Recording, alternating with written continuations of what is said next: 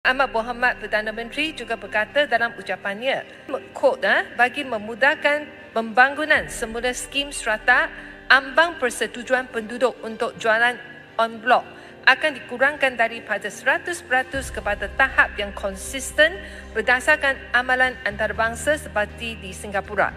Ini akan menggalakkan pembaharuan semula bandar dan menggalakkan pembangunan semula bangunan usang di bandar, unquote.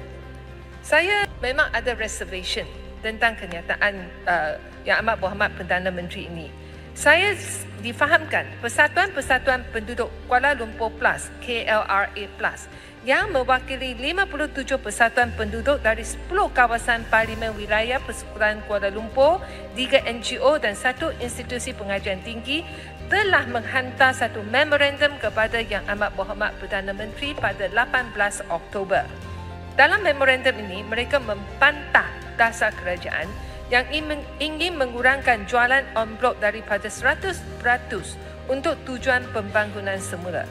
Saya amat setuju dengan kenyataan House Buyers Association, HBA, di mana penetapan ambang persetujuan ataupun consent threshold yang kurang daripada 100% sebenarnya telah menjejaskan hak pemilikan hartanah di bawah Perlembagaan Persekutuan.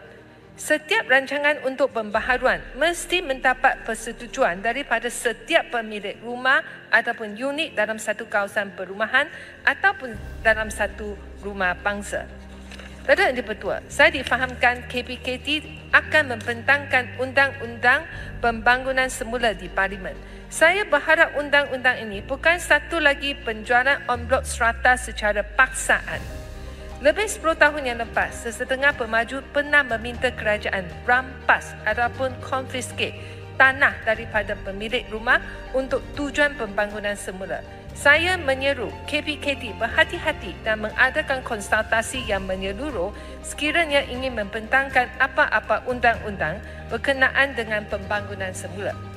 Di bawah kerajaan yang mengamalkan konsep madani ini, sebarang pembangunan semula tidak boleh dijalankan secara paksaan kerana ia pasti akan mencetuskan pergaduhan dan ketidakharmonian di kalangan pemilik rumah di bawah skim strata ataupun skim perumahan yang lain.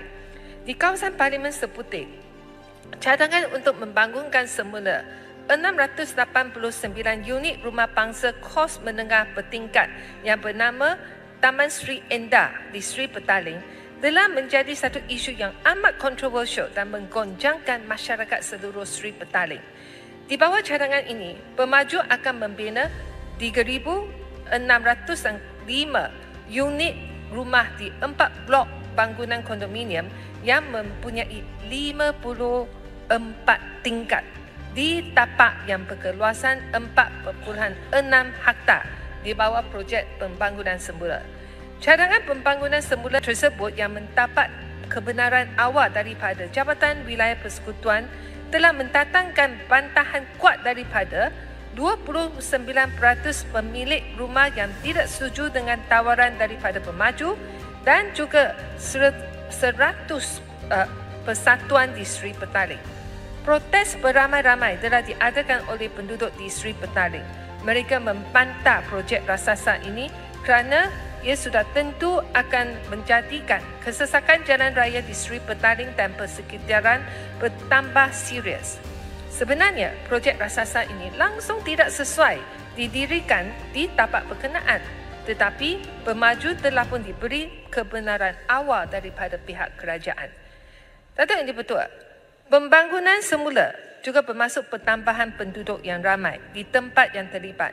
KPKT dan PBT haruslah menjalankan kajian yang menyeluruh terhadap kesesuaian lokasi projek, isu-isu seperti trafik, perkhidmatan perubatan, sekolah dan juga kawasan lapang haruslah diambil kira oleh kerajaan sekiranya kerajaan ingin menjalankan pembangunan semula di tapak berkenaan.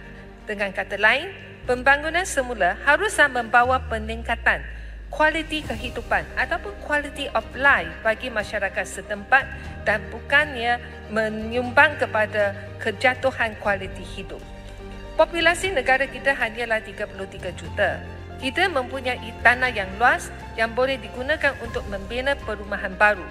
Kawasan Lembah Kelang telah dijejaskan oleh pembangunan yang tidak terkawal dan pengangkutan awam yang tidak memuaskan.